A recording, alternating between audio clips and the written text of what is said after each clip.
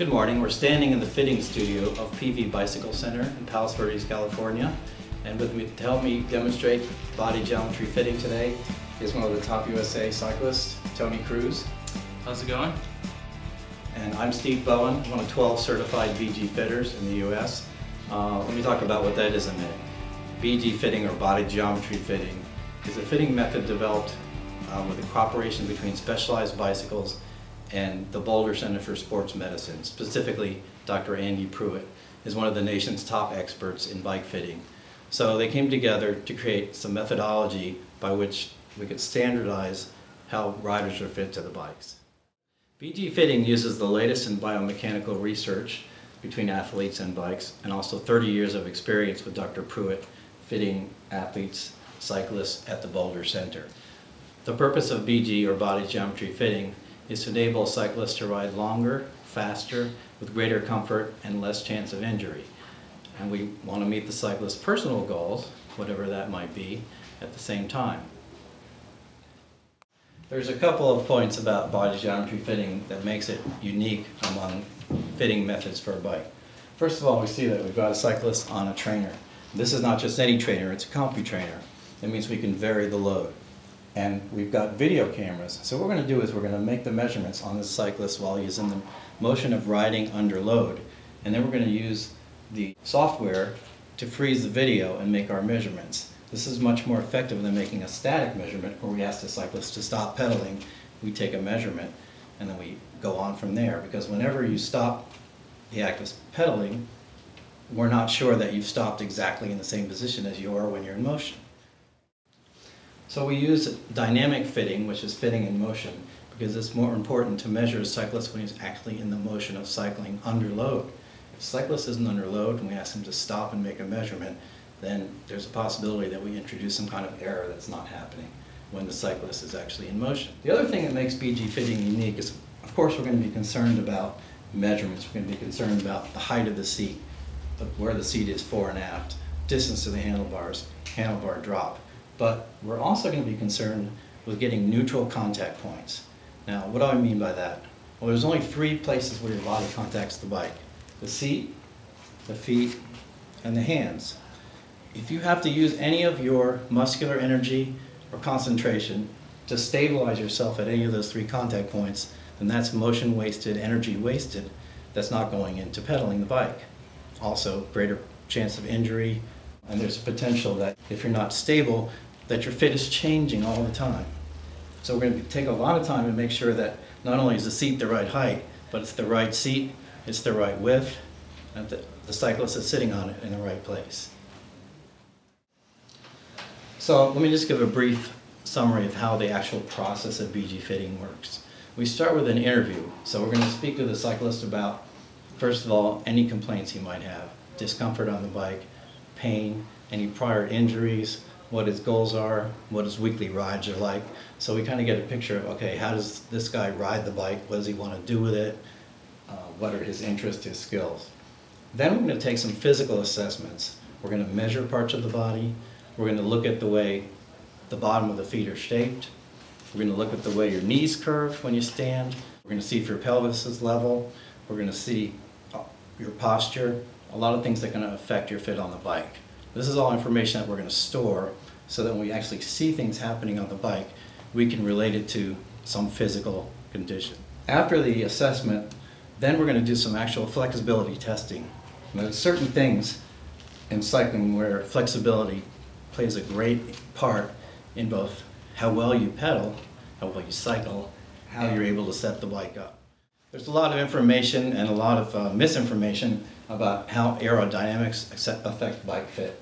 And one of the things we want to make sure is that we don't give up power at the expense of a slight increase in aerodynamics. It's very important in general cycling. Different when we're talking about a time trial bike, but right now we're talking about recreational cycling, stage racing, criterium racing, track racing to a certain extent. Aerodynamics, power, we have to find a balance there. And flexibility affects how aerodynamic we can get the athlete, so we have to know exactly what it is. So after we've done our interview and our physical assessment and our flexibility test, Then we're going to take a look at how the cleats are mounted on the shoes. That's the first important adjustment we're going to make. We want to make sure that the cleats are in exactly the right place for the athlete's shoe and his foot, the shape of his foot, and where the ball of his foot is. Then we're going to put him on the bike, and we're going to look at the CompuTrainer spin analysis. Now this is a program that allows us to analyze 360 degrees of a cyclist's spin. And we'll look at this again later, but we can tell both how much power each leg is putting out independently, whether the percentage is the same, and we can see graphically the weak spots in the athlete's pedal stroke. And we're going to refer to this at various points along the way of the fit to see if we're adversely affecting it or affecting it positively. After we've got the assessment done and the cleat adjustment done, then we finally get the athlete on the bike. And the first thing we're going to look at is a power and spin analysis. This is a CompuTrainer, as I mentioned before, and it has a program that allows us to analyze the 360 degrees of the athlete's pedal stroke. And we can see independently what the left leg is doing and what the right leg is doing.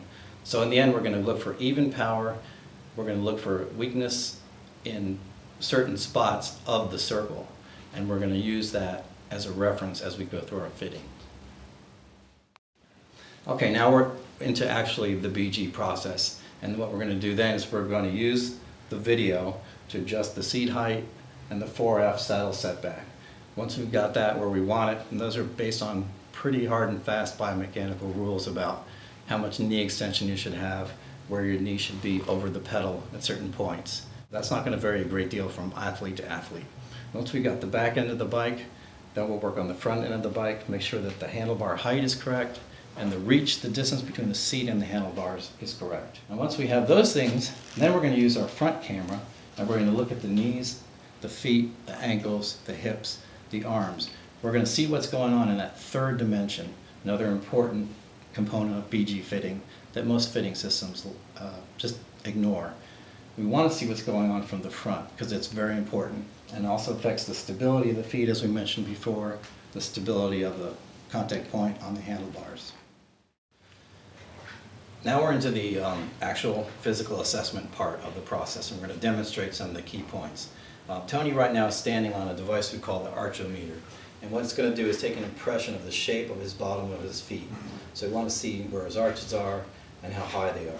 And while he's standing there, I'm going to walk around and check some things about his posture. I want to look at his ankles to see if his feet tilt in when he stands. I want to see if his knees are in line or they might be curved in or curved out when he stands. I'm going to look at his posture from the side to see his spinal alignment, and I'm going to look to see at his upper body to see what kind of strength he has in there, because that will also give us a clue to how much weight he can support on front of the bike on his hands. One of the most important things we'll do at this point in the assessment is I want to check to see that the cyclist stands with a level pelvis. So what I mean is he's not higher on one side than the other.